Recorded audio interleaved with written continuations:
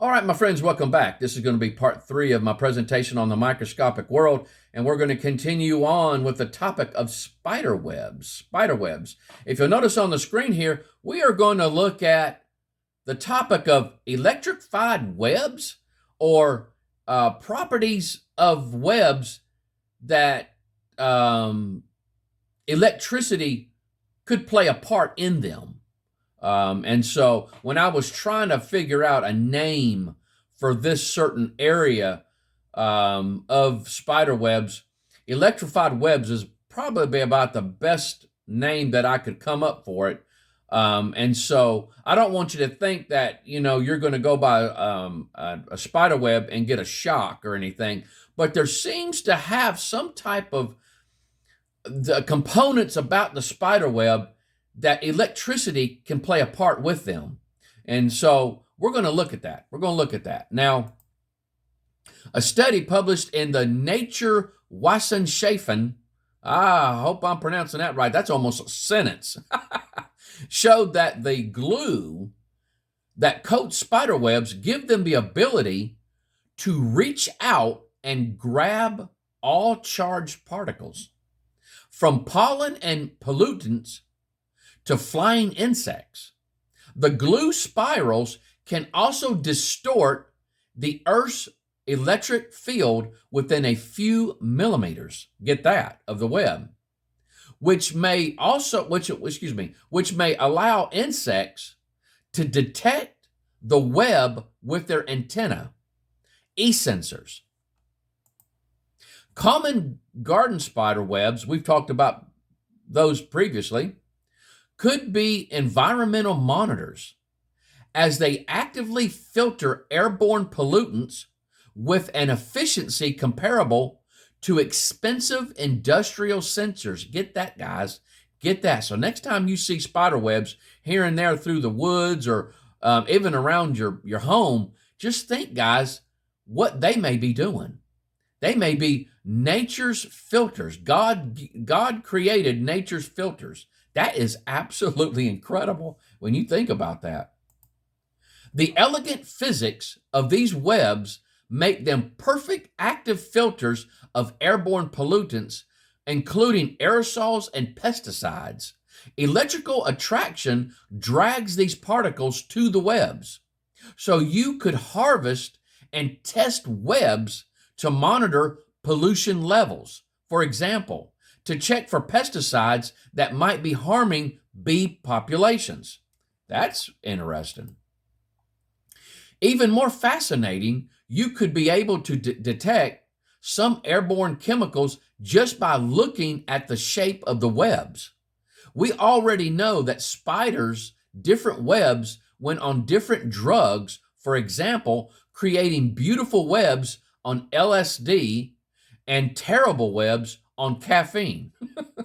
Now, the LSD is an illegal hallucinogenic drug. That's what LSD is. Dr. Donald Edmonds from Oxford University's Department of Physics, along with Professor Fritz Vollrath, showed that webs like the garden cross spider behave like conducting discs and can cause local distortions in Earth's electric field. These small electrical disturbances can be detected by many insects. Pretty much all flying insects should be capable of sensing electrical disturbances. Their antennae act as e-sensors.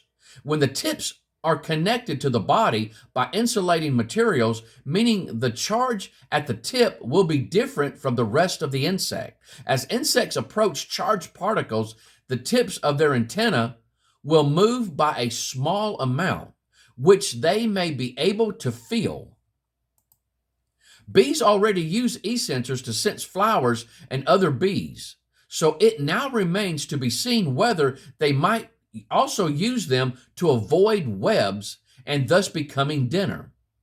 Everything that moves through the air develops static charge, so it's fascinating to see how spider webs can use this to actively catch prey. It's a great bonus for us that this also causes them to attract pollutants, making them a cheap and natural way of tracking pesticides and air quality around the world. Now, what I'm going to do, guys, I have a little short clip of webs having an electrostatic properties. And so if I can get that up, you'll see it right now. You'll see it right now. It's just a little short little clip, and you'll see how it's reacting to electrostatic charges. And so it's absolutely astounding, guys, that there is more to a spider web than just catch and prey, is what I'm saying. There's benefits to nature as a whole. God has a purpose, and for everything that he creates, there is a purpose for them. It's just like when I learned that mosquitoes, they just don't just drink blood, but they're also pollinators. I did not know that. Now, going on, different uses for web silk. We went through all this before in a previous video. Notice the highlight areas: balloons or ballooning. Let's look at that. It has also been known that small spiders can colonize new territories by ballooning. Even Darwin was amazed by this. Having climbed to the top of an exposed plant leaf or stem, the little arachnid reels out a length of silken thread into the breeze before letting go. Tiny spiders may be carried aloft up to 2.5 miles above the earth on their little balloons to very far-flung but undetermined destinations. These are sometimes thousands of miles away. For some years, it has been suspected that electrostatic forces played a part in this story, but it had never been tested. Now, ingenious experiments by scientists from the University of Bristol, UK, have confirmed that spiders both sense electrical fields and use them to launch into the air. By generating an electric field, an E field, that mimic what the spiders would naturally experience, they saw their spiders tiptoeing, straightening out their legs, and raising their abdomens into the air while releasing silk. Exactly the behavior seen in ballooning spiders in the world. Every day, thousands of thunderstorms occur worldwide, and these cause the upper atmosphere to be positively charged. Compared to the negatively charged planet surface, the resulting atmospheric potential gradient voltage between the earth and sky is less pronounced on sunny days than stormy days, but this E field is real nonetheless. The silk from ballooning spiders gains a negative charge, which repels it from the negatively charged plant surface and helps launch the tiny spider into the air. The scientists showed that special sensors on spiders' feet, which is that right there if you want to try it, respond to the electrostatic forces of the E field. So it knows just when conditions are right for takeoff. Spiders even seem to be able to control their altitude once aloft, which is amazing. So there's much more to seemingly simple spider flight than meets the eye. Ballooning requires electrostatic sense organs, silk spinnerets, correct silk properties, and tiptoeing behavior. Now get that. Now this is something that I thought was really amazing. If you notice here, this is a bird, guys, that has hit a window. It has hit a window, and you can see the shape of the bird there. Birds will sometimes do this. On my part-time job, I'm a security officer at the time of this video, and we have windows all over the building, on three sides of it mainly. It's nothing but windows, And to a bird flying up, it looks like it may be just that they could fly just right through it. And it may just be a shelter or something. And to a bird, it just looks like that. It's just, without really realizing, what it is, they come up full force, pigeons all the time. And they'll nail that thing. And sadly, they do. It does, most of the time, it does kill them. Not all the time. Some little birds, it just stuns them and they fly away. But they were wanting to figure out a way to keep birds from doing this and having this death sentence. And so this one company called Ornilux bird protection glass, came up with something. And now ornithology, if you notice that word in their name, Ornilux, it comes from ornithology, which is ornith with Greek for bird and logos for knowledge. So it's bird knowledge. Now, this is what it says. Web decorations reflect light in the UV range and may exploit an inherent sensory bias of insects toward UV light, thereby increasing the foraging success of the spider.